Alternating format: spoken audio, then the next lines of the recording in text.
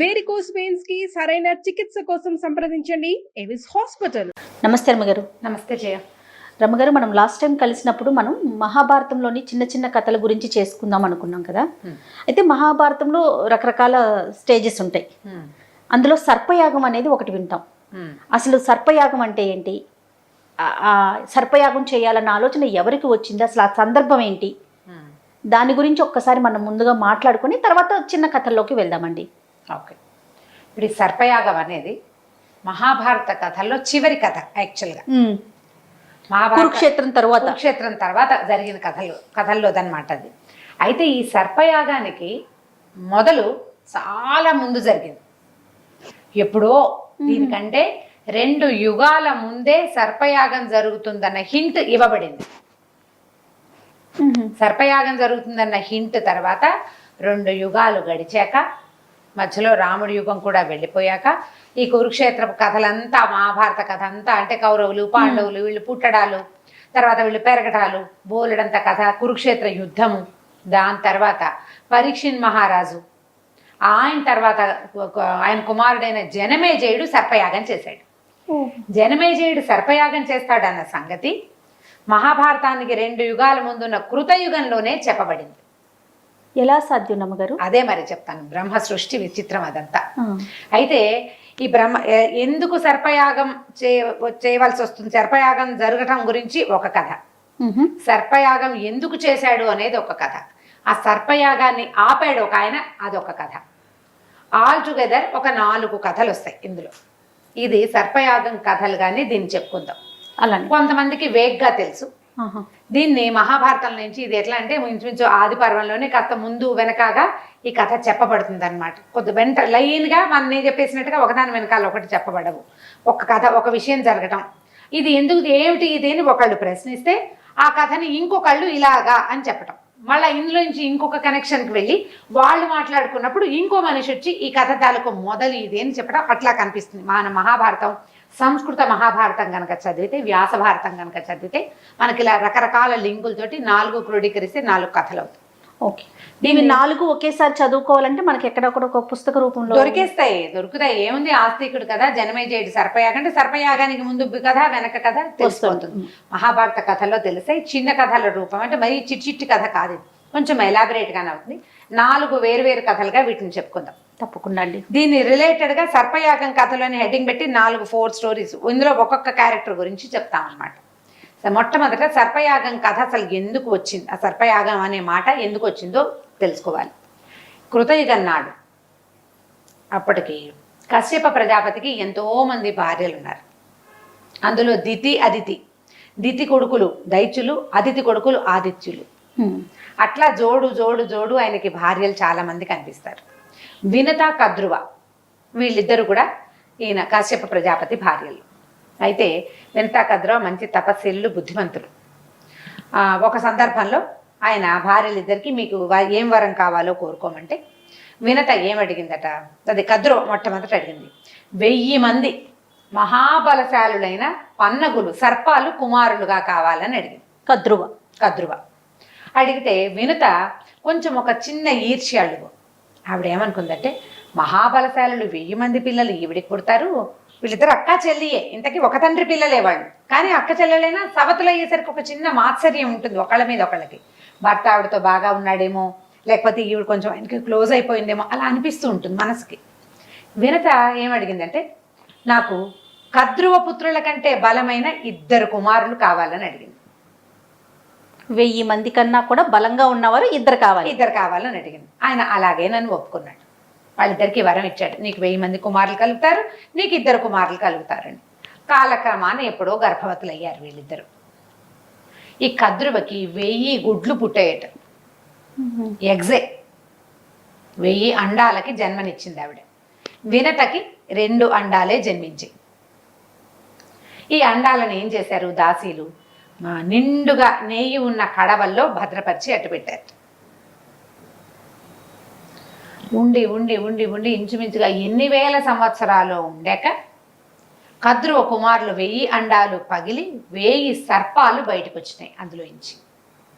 ఈవిడ సర్పాలే కదా కుమారులుగా కావాలని అడిగింది. రకరకాలు పెద్ద పెద్దవి, చిన్నవి, రకరకాలు, నల్లవి, తెల్లవి, ఎర్రవి, పచ్చవి, ఎన్నో పేర్లు. ఇంతమంది బయటకు వచ్చారు. ఈ వినత తాలూకు అండాలు పగల్ల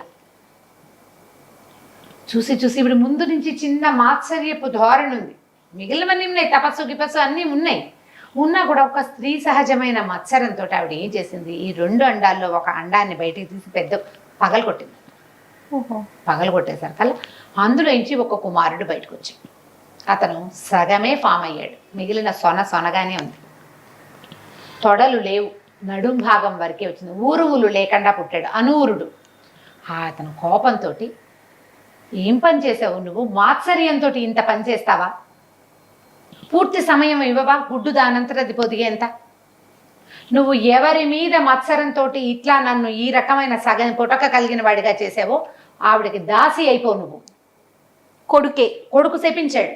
ఆవిడ వల్ల అతనికి జీవితం పోయింది కదా. మరి తెల్లైనా కూడా, ఈవిడికి చెల్లెలైనా కుళ్ళుంది, కొడుకు తల్లైనా శపించాడు.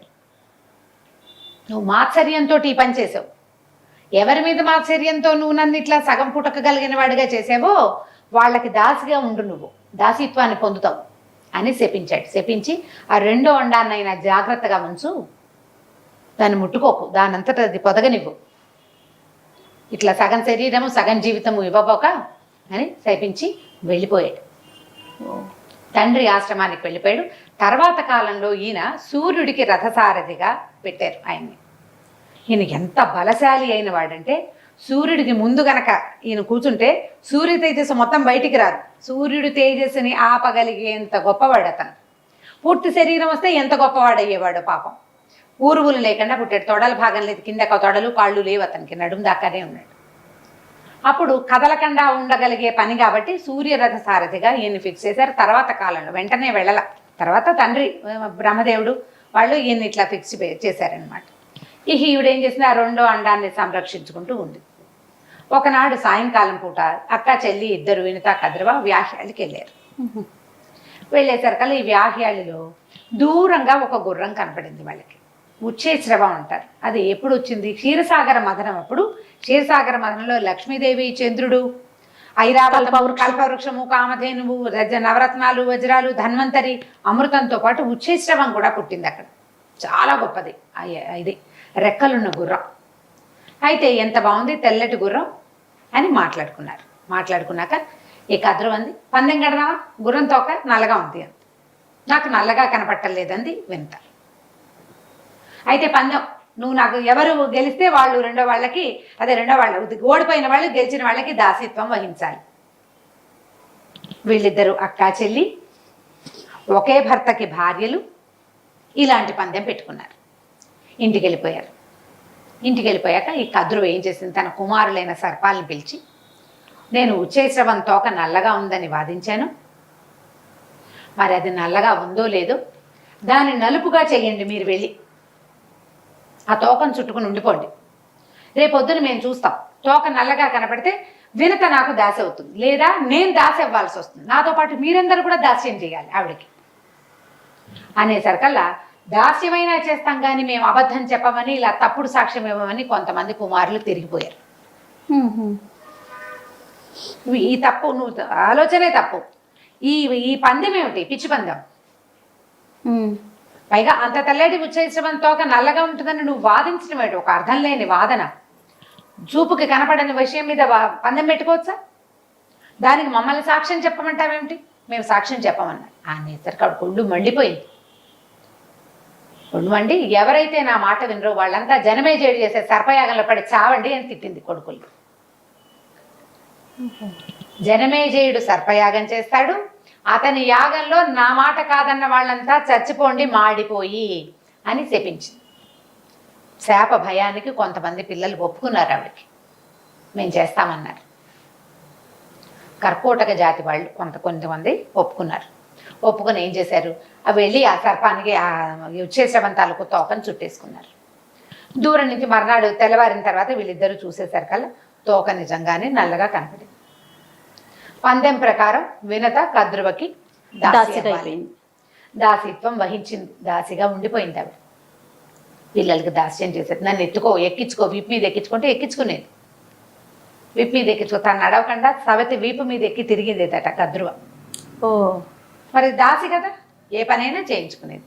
తర్వాత కాలంలో ఈ వినతక తాలూకున్న రెండో అండం పగిలి అందులో నుంచి మహాబలశాలి పెద్ద పెద్ద రెక్కలు కలిగిన సుపర్ణుడు అనే కుమారుడు జన్మించాడు. ఆయన్నే మనం గరుత్మంతుడు అని చెప్తాం. గరుడు కూడా తల్లితో పాటు, మరి తల్లి దాసి అయితే పిల్లాడు కూడా దాసుడే కదా. అంతే.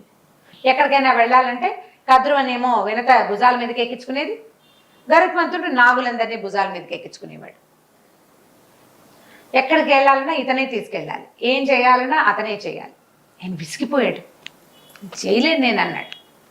చేయలేను, ఏం చేయమంటారు మా తల్లి దాసిత్వం పోగొట్టాలంటే. అప్పుడు వాళ్ళు ఏమనుకున్నారు, మా అమ్మ శాపం వల్ల మేము చచ్చిపోతాం, జనమే చేయడి సర్పయాగం అవుతుంది ఎప్పుడో, అప్పుడు మేము చచ్చిపోతాం కాబట్టి చచ్చిపోకుండా ఉండడానికి అమృతం తెచ్చివ్వమని అడిగారు గరుడుని. అమృతం పట్టుకురా, అది మేము ఆహారంగా అమృతాన్ని ఇవ్వు, తర్వాత నువ్వు వెళ్ళిపోవచ్చు మీ అమ్మని తీసుకుని. అప్పుడు మహాబలశాలి అయిన గరుత్మంతుడు అమృత సాధన కోసం వెళ్ళి దానికి బలమైన ఆహారం కోసం గజకచ్చపాలు రెండింటిని ఆహారంగా భుజించి, కచ్చపాలు కథ మళ్ళీ ఇంకొకసారి చెప్తా, చిన్న కథ. మనం చిన్న కథలు చెప్పేటప్పుడు చెప్తాను. తండ్రి తనకు చెప్పుచ్చాడు ఈ ఆహారం తిన్నాయినా అని. అవి తిని బలం పెంచుకుని అప్పుడు వెళ్ళి ఇంద్రుడి దగ్గర నుంచి అమృతాన్ని తీసుకొచ్చాడు. ఇంద్రుడు ఒప్పుకోవాలి, ఆయన వజ్రాయుధం విసిరితేట ఈ గరుత్మంతుడి రెక్కల్లో నుంచి ఒక ఈక రాలి పడింది. ఇంద్రుడి వజ్రాయుధం అంత చిన్నది గరుత్మంతుడి దగ్గర. అప్పుడు ఆ అమృతాన్ని తీసుకొస్తే ఇంద్రుడు ఏమన్నాడంటే, నాగులు అశాశ్వతులు, క్రూరులు, దుర్మార్గులు, వీళ్ళని బతికించి ఉంచకూడదు, వాళ్ళకి ఎలాగూ శాపం ఉంది, పోయిన వాళ్ళు పోతారు, మంచి వాళ్ళు మిగులుతారు. నువ్వు అమృతం తీసుకెళ్ళు, అక్కడ పెట్టు, వాళ్ళని స్నానం చేసి రమ్మను, వాళ్ళు వచ్చే లోపల నేను అమృతాన్ని పట్టుకెళ్ళిపోతా, నువ్వు మీ అమ్మని తీసుకెళ్ళిపో, నువ్వు తెచ్చి ఇవ్వడం వరకు నీ డ్యూటీ, వాళ్ళు తాగారో లేదో నువ్వు చూడక్కర్లేదు అని చెప్పాడు. చెప్తే దర్భల మీద పెట్టి మీరంతా శుద్ధులేరండి అని చెప్పాడు. వీళ్ళంతా స్నానం చేసి తిరిగి వచ్చే లోపల ఇంద్రుడు వచ్చి తీసుకెళ్ళిపోయాడు. అయితే ఈ సర్పాలు దర్భల మీద ఏమైనా అమృతం పడిందేమో, పెద్ద కుండ కదా పాత పడి ఉంటుంది, దర్భలు నాకేవాడు తాకటం వల్ల వాళ్ళ నాలుకలు తెగిపోయినాయట, మధ్యలోకి చీరిపోయినాయి. అందుకని పాముల్ని ద్విజిహ్వులు అంటారు. పాము నాలుకకి చీలిక ఉంటుంది. ఆ చీలిక ఉండటానికి కారణం ఆ దర్భల కొసల వల్ల వాళ్ళ నాలుకలు చిరిగిపోయినాయట. కానీ అప్పటికే గరుత్మంతుడు తన తల్లిని తీసుకుని అక్కడి నుంచి వెళ్ళిపోయాడు. ఇప్పుడు మహాభారత కథ ఇది. సర్పయాగానికి ఆ బీజం ఎక్కడ పడింది, అందులో అక్కడ కృతయుగం నాడు జరిగిన ఈ కథలో వినతా కద్రువ పందేలప్పుడు ఒక తల్లి తన పిల్లలు తన మాట వినలేదని ఇంత శాపాన్ని ఇచ్చింది. తల్లి ఒక శాపం ఇచ్చింది. ఇద్దరు అక్క చెల్లి, వీళ్ళిద్దరికి ఒకళ్ళ మీద ఒకళ్ళున్న మాత్సర్యంతో ఒకళ్ళేమో ఈవిడికంటే బలమైన పుత్రులు కావాలని ఒక ఆవిడ కోరుకుంది. చిన్న తేడా రాగానే ఒక మాట తేడా వచ్చేసరికి నువ్వు నాకు దాసీత్వం వహించమని రెండో ఆవిడ కోరుకుంది. ఈ కథల్లో నీతులు మనకేం తెలుస్తాయి, మాత్సర్యం వహించకూడదు అంతే. దానివల్ల ఎవరు పైకి రారు. వినతకి ఇద్దరు కుమారులు పుట్టారు. మొదటి కుమారుడు చేతులు కాళ్ళు లేనివాడయ్యాడు, కాళ్ళు లేని చేతులు ఉన్నాయి, కాళ్ళు లేనివాడైపోయాడు, తల్లిని శపించే గట్టివాడైపోయాడు అతను. రెండో కుమారుడు వల్ల ఆవిడ దాసీత్వం తప్పింది, కానీ దాసీత్వం చేయవలసి వచ్చింది కదా. మాత్సర్యం వహించిన వాళ్ళకి ఇది పరిస్థితి జరిగేది.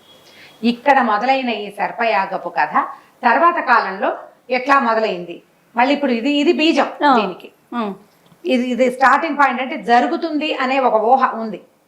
తర్వాత ఇది ఎలా జరిగింది, జరిగిన కథ ఎలా ఆగింది అనేది ఇంకో కథలో మనం చెప్పుకుందాం. తప్పకుండా రమ్మగారు.